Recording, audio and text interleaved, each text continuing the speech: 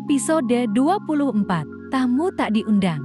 Pagi itu, Albi dan Nia bersiap meninggalkan resort. Koper telah tertata rapi.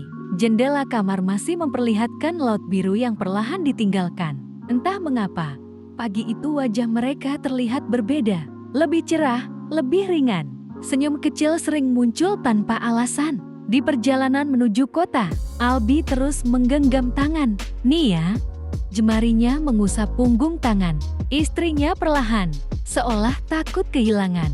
Mas Albi, fokus nyetir aja.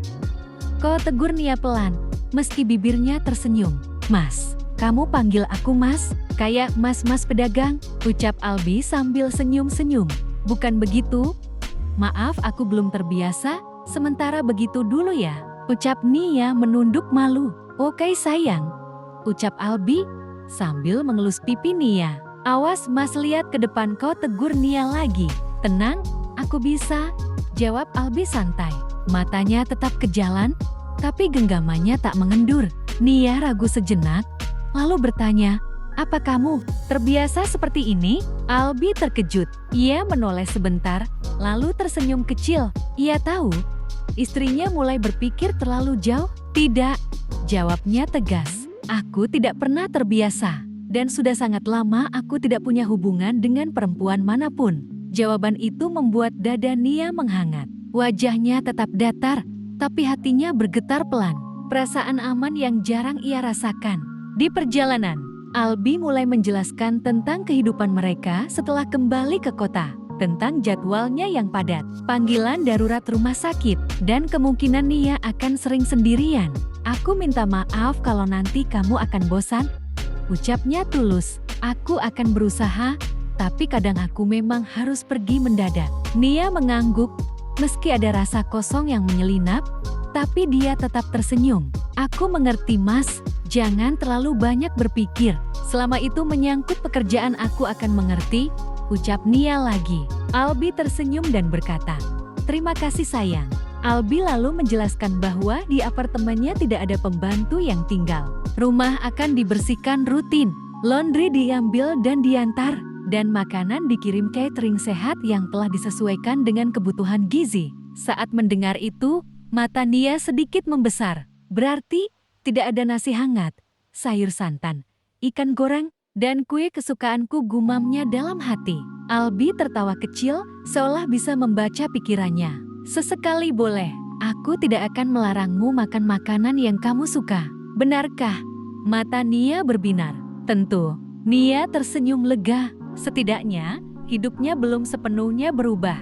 Apartemen Albi berada di lantai 20. Begitu tiba, Nia terpesona bangunan menjulang tinggi, lingkungan bersih, dan keamanan yang ketat.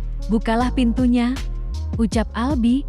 Aku sudah mengganti PIN sesuai tanggal lahirmu. Nia terkejut. Kamu tahu tanggal lahirku? Tentu saja. Semua tentangmu penting bagiku. Saat pintu terbuka, Nia terdiam. Apartemen itu luas, harum, dan terlalu rapi. Seperti tempat yang jarang dihuni, tapi selalu dijaga. Albi menunjukkan kamar mereka, walk-in closet, dan kamar tamu. Nia mulai menata pakaian, sementara Albi mandi. Setelah selesai Nia berbaring, tanpa sadar, lelah perjalanan membuat Nia tertidur di ranjang. Albi keluar dari kamar mandi dan tersenyum melihat istrinya terlelap. Ia tak membangunkannya, ia hanya berbaring di sampingnya, memandangi wajah polos itu, wajah yang kini menjadi rumah baginya. Awalnya Albi ingin menghabiskan waktu sejenak bersama istrinya, tapi ternyata Nia ketiduran. Albi sudah bersiap mengganti bajunya sejak tadi. Dia sebenarnya tidak ingin pergi, meninggalkan istrinya yang baru, tinggal di apartemennya hari ini. Tapi apa boleh buat, pekerjaan selalu menuntutnya. Sore ini, Albi harus menghadiri rapat penting. Ia memeluk dan mencium kening serta pipi Nia sebelum pergi. Hati-hati di jalan, ucap Nia lembut. Kalimat sederhana itu membuat Albi merasa bahagia. Kini saat pergi ada yang menunggunya untuk pulang. Dan hal itu membuatnya tidak sabar untuk segera menyelesaikan pekerjaannya. Setelah Albi pergi, Nia mandi. Saat sedang mengeringkan rambut, bel pintu berbunyi keras berulang. Tidak sabar, di layar kamera, terlihat seorang perempuan muda berdiri dengan wajah tidak ramah. Begitu pintu dibuka, gadis itu langsung masuk tanpa permisi. "Mana kakakku?" tanyanya ketus. "Kak Albi belum pulang." Nia tertegun. "Dia masih di rumah sakit." Gadis itu mendengus. "Aku Juli. Juli Kesendra Kusuma, adik sepupunya. Ingat baik-baik namaku." Nada suaranya membuat Nia merasa seperti tamu di rumahnya sendiri. Juli duduk di meja makan, membuka makanan tanpa bertanya. "Makanan sehat lagi?" keluhnya. Kak Albi memang tidak pernah berubah. Ia lalu duduk di sofa dan menatap Nia dari ujung kepala sampai kaki. "Kasihan sekali Kak Albi," ucapnya ringan tapi tajam. "Harus menikah karena perjodohan." Kata-kata itu seperti pisau tipis yang menggores dada Nia.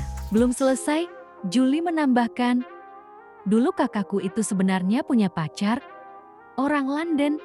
Dia seniorku, cantik dan tinggi. Namanya Kati." Nia menunduk, tangannya mengepal di pangkuan. Dadanya panas, napasnya terasa berat, tapi ia memilih diam. Di saat yang sama, Albi baru selesai rapat. Ia membuka CCTV apartemen dan wajahnya langsung berubah. "Kenapa Juli ada di sana?" gumamnya geram. Tanpa menunggu, ia mengambil kunci mobil. Para dokter terkejut melihatnya pergi terburu-buru. Sementara itu, di apartemen, Juli masih berbicara tanpa peduli perasaan Nia. Dan Nia hanya duduk diam, menahan luka yang perlahan mengembang. Akankah Albi datang tepat waktu? Akankah Juli menyadari siapa yang kini berdiri sebagai istri Albi? Atau justru Nia yang akan lebih dulu runtuh? Bersambung.